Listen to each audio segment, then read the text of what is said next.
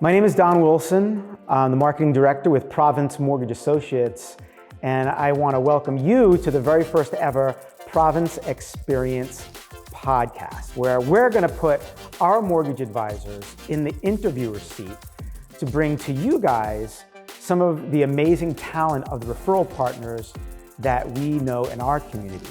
When Dave Curry started Province Mortgage Associates in 2005, he made this company about one thing: people. And the people that we've met along the way as we've built referral business within our community are not only amazing professionals, they're just fantastic people that have a lot to offer our clients and the Province Mortgage family. So enjoy the Province Experience podcast, and we look forward to seeing you soon. Hi, I'm Rachel Sauveur. I am a senior mortgage advisor with Province Mortgage, and I am here today with Evan Galkin, who is a realtor with Advisors Living. Thanks for having me, Rachel. Thanks. It's great to have you. Can you just tell us a little bit about yourself, like where you grew up, where you're from? So I grew up in Rhode Island, from the area. I left for a few years to go to college in New Hampshire and then came back, and I lived at a lot of different places in Rhode Island and southern Massachusetts. So I feel like I have a really good understanding of a lot of different areas, across state borders. I'm licensed in both states. So it's a little bit about me. Good to hear about you. What about children? You have children? Children, I do. I have 3. My oldest is going to be 12. And then I have 10 and an 8. Yes, we both have that in common, a full Yes. house. What are some of the things that you enjoy doing in our community?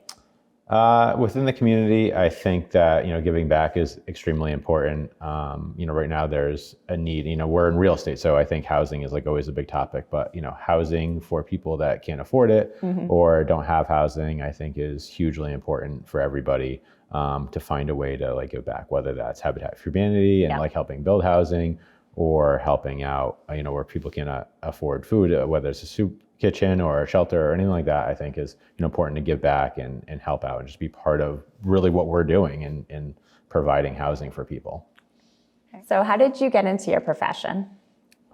Oh, well, I mean, we've known each other for a long time and outside of our current profession. So I've always kind of had the sales background, and I'm not really a salesperson, but I've always found myself as more of like a problem solver or having the ability to find solutions for people. So I've always been interested in real estate even before I was in it.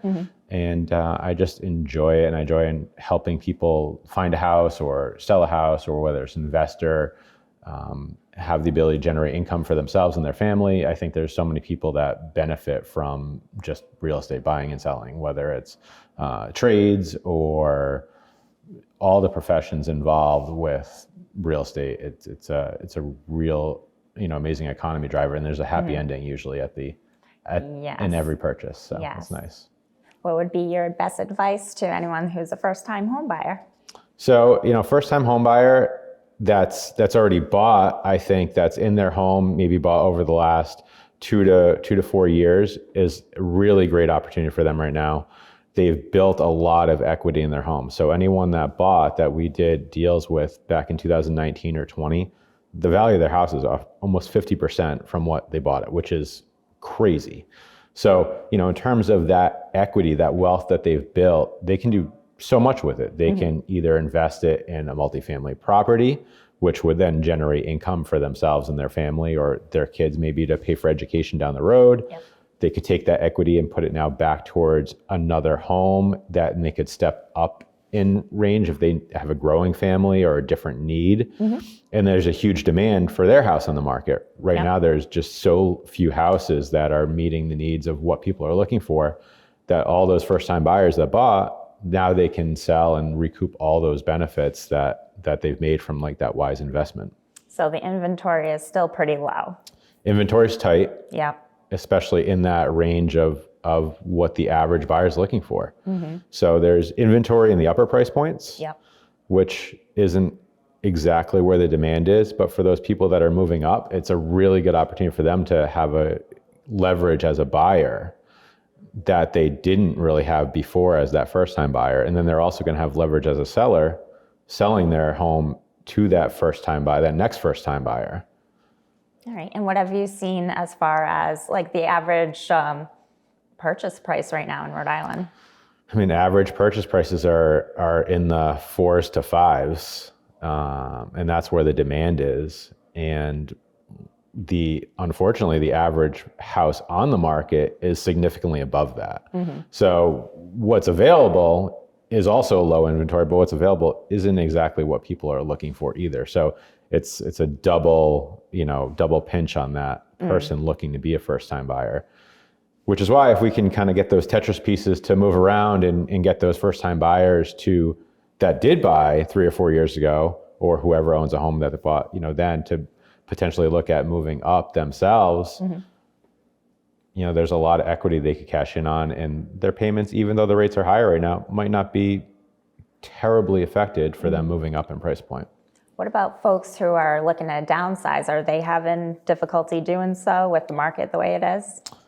Downsizers are kind of a different realm because there's lots of factors that go into the downsizing. They still may have kids or a kid, or they may have other needs like single level living. A lot of downsizers are potentially looking for that. Empty nesters are looking for that single level living, and they might not be as concerned with school districts and things of that nature. So that benefits them where they're not super tied to a location based on something like that. But they are looking for other factors, such as that single level, that there's always been a lower supply of that, and that's a challenge. So we're seeing a lot of houses, anything that has first floor living ability. So it could be still a 2-story house, but if it has a bedroom on the first floor, the ability to do that at some point in time, those are definitely more in demand properties. So for anyone selling right now, having the opportunity to have a first floor bedroom is definitely a huge benefit. So right now, for those who are looking to sell their homes, are they going to encounter any challenges? So right now, I think there's always a lot of factors that go into selling a home. It's kind of like dating. Your first impression is your shot to kind of give the world what I'm selling, and doing everything that we can do up front for our sellers, whether that comes down to marketing the house, advertising it, making sure it's clean, presentable, professionally photographed, staged as much as we can.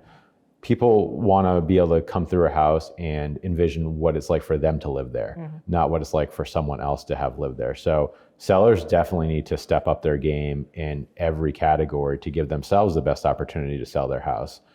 And that means working with someone that's going to do all of the right things on their behalf to get them the most dollars and to sell that house quickly.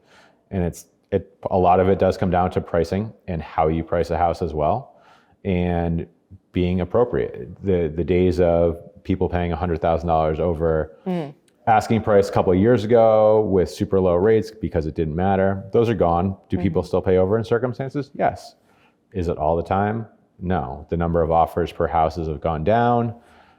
So we just got to give everybody the best opportunity, and that just means pricing houses appropriately along with doing all of the other right things to get the houses sold. But it's definitely a great opportunity for sellers because the inventory is low. So if you have the right product to sell and you're willing to sell it at an appropriate price, it'll sell fastly. And that benefits everybody. And it's really benefited your clients in the past. Have you had any clients that were unable to, sell their house at, when they wanted to? Any issues that, you were able to help them overcome? Yeah, so I actually did have an investor client of mine that did a beautiful rehab on a house, and it came on the market in November. Just bad timing. Seasonality in New England is super low. Rates were high in November, the highest they've been in a long time. They peaked. And we came on at a price point that was too high. It wasn't appropriate for what the market was, and it sat.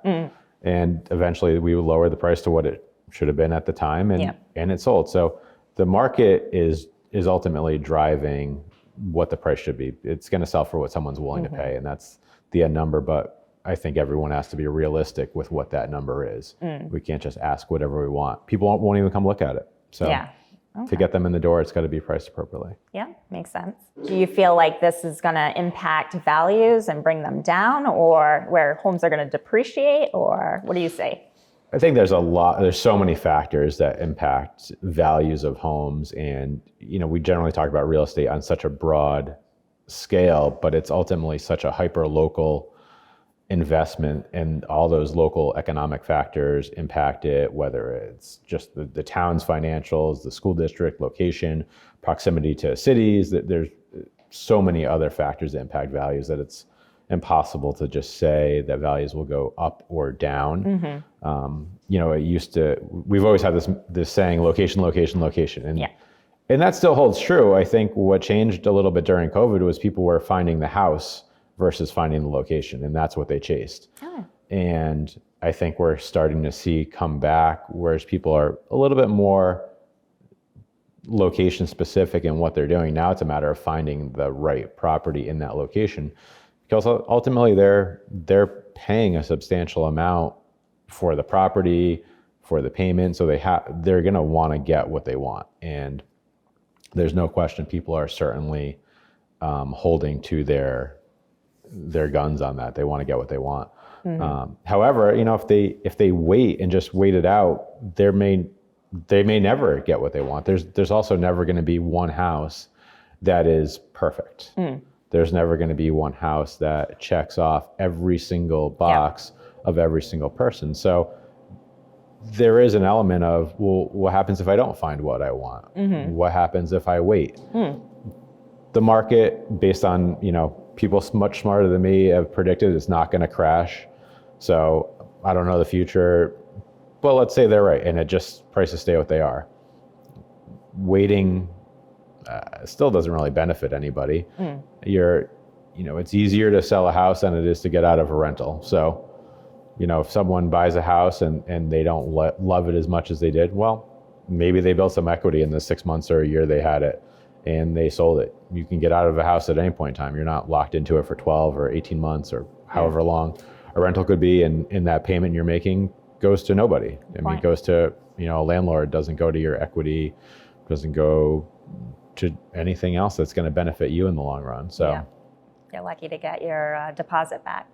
Yeah. So, but in terms of, waiting, like, what are you seeing on the interest rate side, and what do you think would benefit someone from buying now or from waiting, or what do you think the advantages of our buying now versus waiting? Well, I actually had a client, it was a rare circumstance, and I actually priced out if he was able to take an interest rate like in the low sixes right now, and then by time the loan is paid off in like 2 years from now, what kind of savings that would be to refinance if rates get into like 5.5%. Obviously, I can't predict the future, but I was just estimating that. And he was actually saving a lot more going from a higher interest rate to a lower interest rate. The way we had to finance the closing costs and prepaids, it just, over time, he would actually save significantly more. So I say, as long as my clients are eligible for financing, it looks like something that they can afford. I advise them to purchase now, because it always seems like homes have been appreciating year after year. So what is on the market now, today, could be a lot more, tomorrow. So I think for rates, you can always take a look at refinancing down the line, and especially when you are going from high rates like the 7s into like a 5% range, like I said, you're going to see that savings. Now, have you seen a lot more activity on people applying, like as rates come down? Have you guys seen a lot more activity on people applying for mortgages, or buyers getting like back into the market? I see a lot the buyers getting back into the market. So a lot of folks that kind of become stagnant around the holidays, it's like the new year. They're ready to start, seeking again.